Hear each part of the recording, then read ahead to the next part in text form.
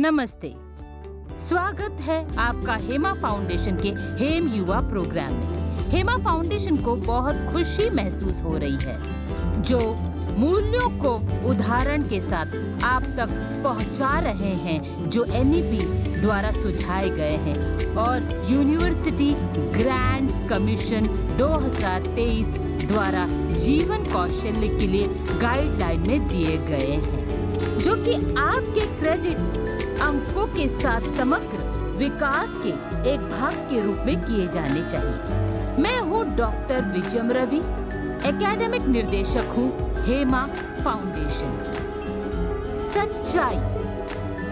सच्चाई जो है वो संसार की नींव है, ये कहा है डॉक्टर APJ अब्दुल कलाम ने। सच्चाई का मतलब सही काम करना, भले ही वो बहुत कठिन हो या अलोकप्रिय। सच्चाई का अर्थ है नैतिक निष्ठा से कार्य करना, जो आसान या लोकप्रिय है उसके स्थान पर जो सही है उसे चुनना। भारतीय लोकाचार में इसे धर्म से जोड़ा गया है, निष्पक्ष और संतुलन के साथ नैतिक रूप से जीवन जीना।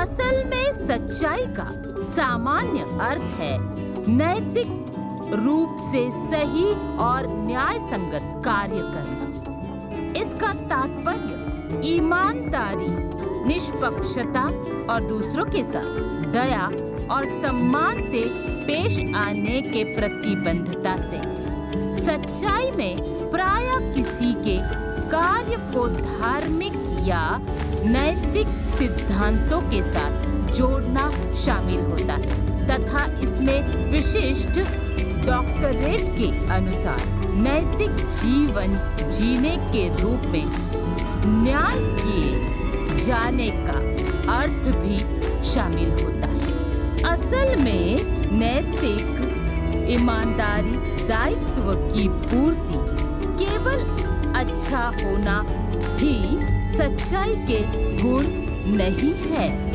सच्चाई कहाँ पर लागू होती है? सच्चाई को प्रायः नैतिक ईमानदारी के रूप में समझा जाता है।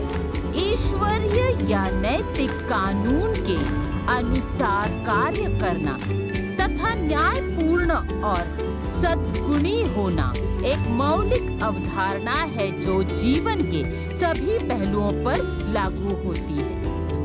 ये केवल बाहरी कार्यों के बारे में नहीं है, बल्कि आंतरिक चरित्र और प्रेरणा के बारे में भी होता है। यहाँ बताया गया है कि सच्चाई व्यक्तिगत, व्यावसायिक, दैनिक और आध्यात्मिक जीवन में कैसे लागू होती है। व्यक्तिगत जीवन, सत्यनिष्ठा और चरित्र, ईमानदारी और सच्चाई, आत्मनियंत्रण और अनुशासन, करुणा और सहानुभूति और आंतरिक शांति और संतोष। व्यावसायिक जीवन में इसका मतलब है नेतृत्व, ईमानदारी और विसल ब्लोइंग, नैतिक सामग्री, निष्पक्षता और न्याय, जवाबदेही और जिम्मेदारी, प्रबंधकीय और मेहनती बने और लालच, भ्रष्टाचार से दूर रहे। दैनिक जीवन में नागरिक उत्तरदायित्व, दूसरों के प्रति सम्मान, पर्यावरण संरक्षण, सामुदायिक सहभागिता और सच्चाई से संचार करना। आध्यात्मिक जीवन में ईश्वरीय सिद्धांतों के साथ संरेखन, पवित्रता की खोज, गुण और विश्वास, ईश्वर और पड़ोसी के लिए प्रेम, पश्चाताप और क्षमा और रैखिक परिवर्तन। संक्षेप में सच्चाई एक नैतिक दिशा सूचक है जो हमें न्याय संगत, निष्पक्ष, ईमानदार और दयालु विकल्प चुनने के लिए मार्गदर्शन करती है, जो योगदान करती है बेहतर स्वयं, बेहतर रिश्ते और बेहतर दुनिया के लिए। ये सच्चाई क्यों जरूरी है? क्योंकि ये निर्माण करती है विश्वसनीयता और विश्वास, आंतरिक शांति बनाए रखती है, समाज में कानून, न्याय और निष्पक्ष को बनाए रखती है। ये नैतिक नेतृत्व का आधार है। दीर्घकालिक पुरस्कार आपातकालिक बलिदान से परे की बात है।